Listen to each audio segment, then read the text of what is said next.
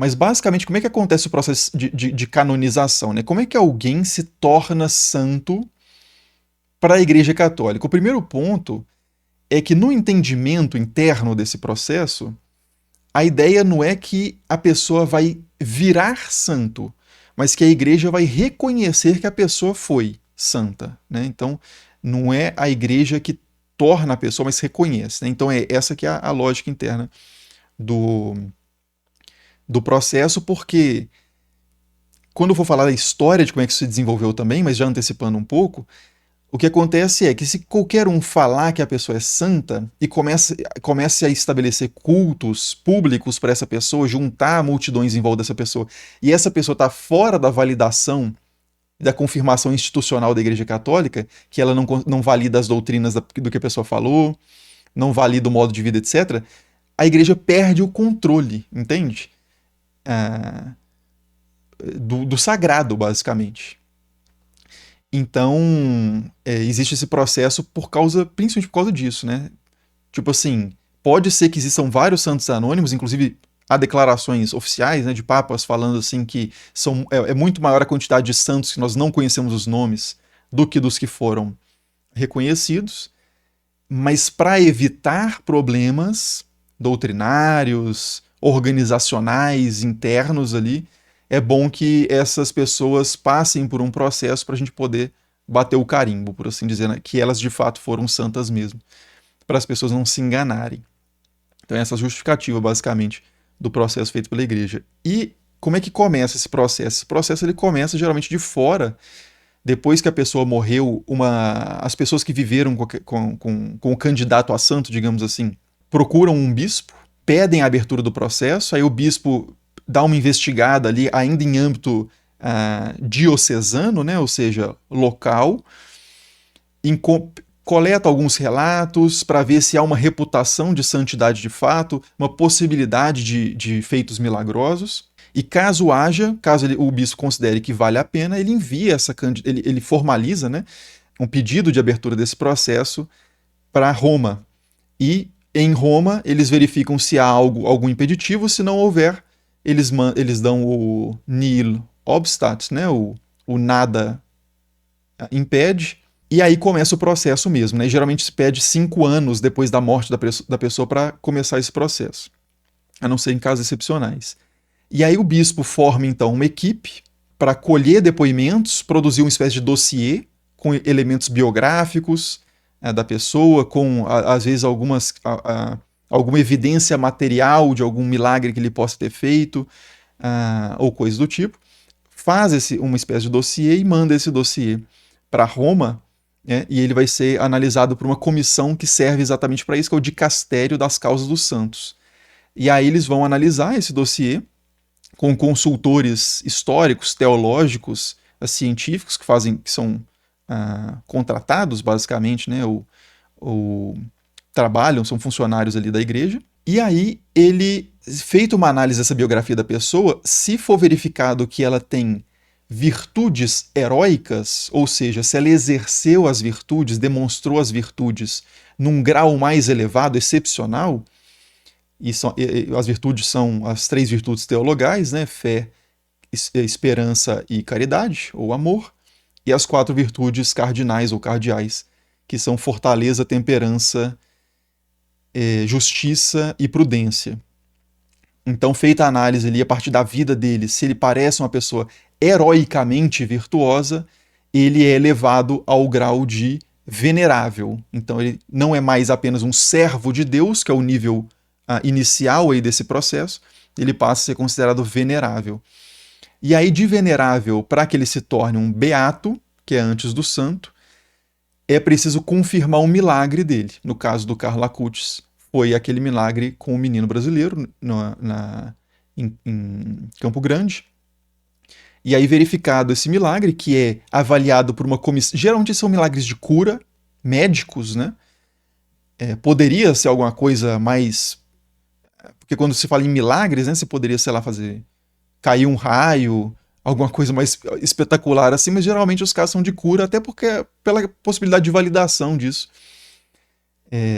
Bom, a gente poderia até argumentar se há realmente uma possibilidade de validação, mas dentro da lógica interna da igreja eles consideram que há uma possibilidade, que é se uma junta médica disser que não há explicação científica para aquilo, e uma comissão de teólogos disser que o milagre aconteceu muito próximo ou com um envolvimento causal significativo de uma prática devocional ali ligado àquela pessoa falecida, né, o possível santo, então eles aprovam aquilo como um milagre. É claro que a gente poderia fazer uma crítica dizendo que não é porque a gente desconhece a causa da melhora que isso signifique uma intervenção sobrenatural. A ciência também avança, né? Pode ser que aquilo que não é explicado hoje seja explicado mais para frente, ou que outra junta médica talvez explicasse, mas a junta médica que foi chamada não explicou. Mas enfim. E feito então esse reconhecimento do milagre, ele é elevado a beato, e a partir daí, quando a pessoa já é reconhecida como beato, ela pode ser, a igreja já permite, né, a cultos públicos de veneração àquela pessoa, locais. Então ainda não é permitido um culto universal, né, por todas as igrejas do mundo daquela pessoa. Para isso, a pessoa tem que ser efetivamente considerada santa. E aí, para validar essa santidade, precisa de um milagre depois que já foi reconhecido o seu grau de beato. Aí, se acontecer um segundo milagre, se for confirmado um segundo milagre a partir desses instrumentos do processo, aí a pessoa é elevada ou reconhecida, né, agora como santo. No fim das contas, a ideia ela sempre foi o que o processo vai identificar lá no final. Não houve um progresso da pessoa durante o processo.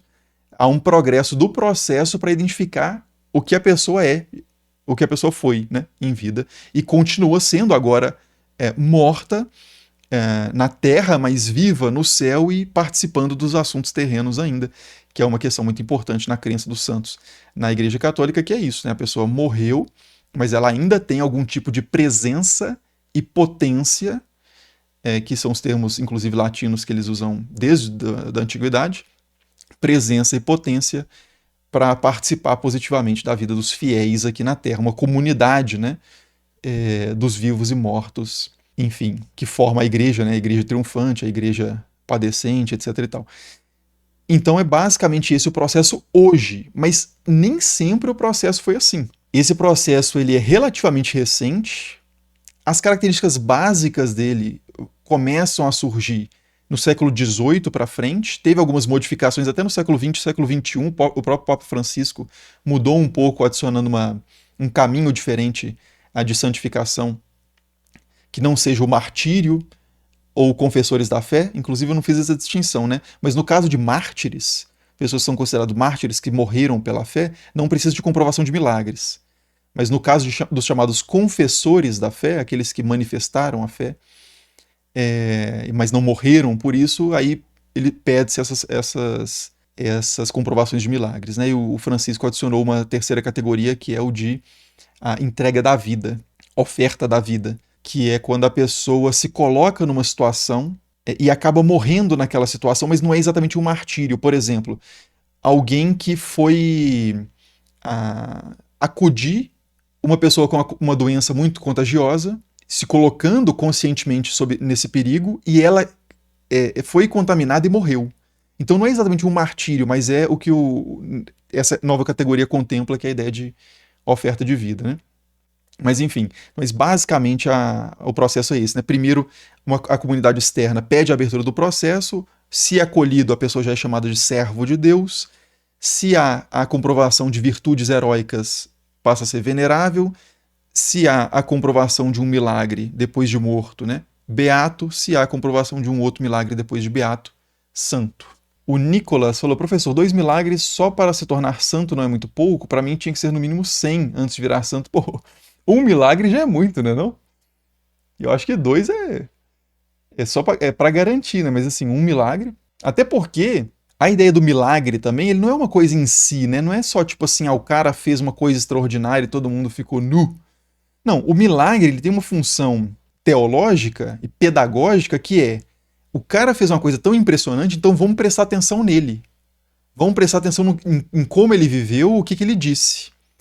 O milagre ele funciona como um sinal que valida, né, que dá legitimidade a uma pessoa. Ou uma doutrina que a pessoa comunica, né? Ou uma forma de vida com a qual essa pessoa vive. Fazendo outro paralelo com o mundo antigo, não cristão. Quando começa o culto dos santos vai se desenvolvendo, começa a surgir um gênero de textos que são chamadas agiografias. Agiografias, né? Esse agio vem de santo em grego, que são biografias de santo, basicamente. Então, que conta a vida excepcional que essa pessoa teve, os eventos extraordinários, a doutrina perfeita que ela transmitiu, e sempre nessas geografias, os milagres feitos pelos santos ali confirmam o que ele diz. Então ele chega em algum lugar, ele é desafiado, alguém não acredita nele, ele cura uma pessoa, faz algo extraordinário, e o pessoal fala, opa, esse cara aí tem alguma coisa, vamos prestar atenção no que ele oferece para nós em termos de doutrina, em termos de proposta, sei lá, de arrependimento, conversão. Da mesma forma que, ou de forma análoga, né, mudando o que deve ser mudado, existe na Antiguidade Tardia muitos textos sobre a vida dos filósofos, textos gregos, romanos, principalmente gregos, de vida dos filósofos. E nas vidas dos filósofos, frequentemente você encontra milagres também, feitos extraordinários atribuídos a um filósofo. Pitágoras é o caso mais, assim, espalhafatoso, mas teria vários outros, né? Mas Pitágoras aparece fazendo bilocação, né? Ele aparece em 2 lugares ao mesmo tempo. Ele desce ao mundo dos mortos e volta. Ele tem uma coxa de ouro, uma coxa mesmo, a coxa da perna, né?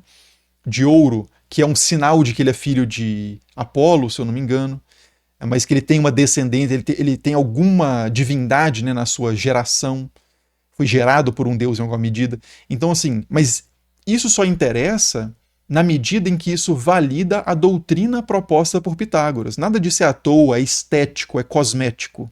O milagre, ele também tem essa característica na doutrina cristã em geral, não só católica, né, de que Deus, por meio do santo ou por meio do fiel, ele não faz algo espalhafatoso por exibicionismo.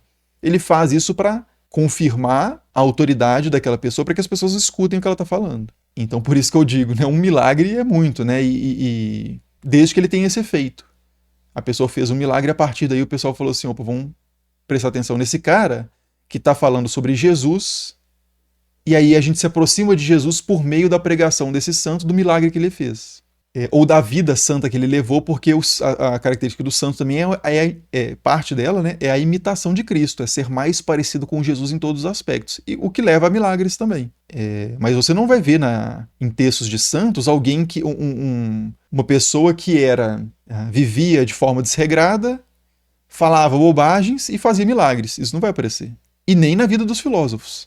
Quem faz feitos extraordinários são pessoas que têm o favor divino.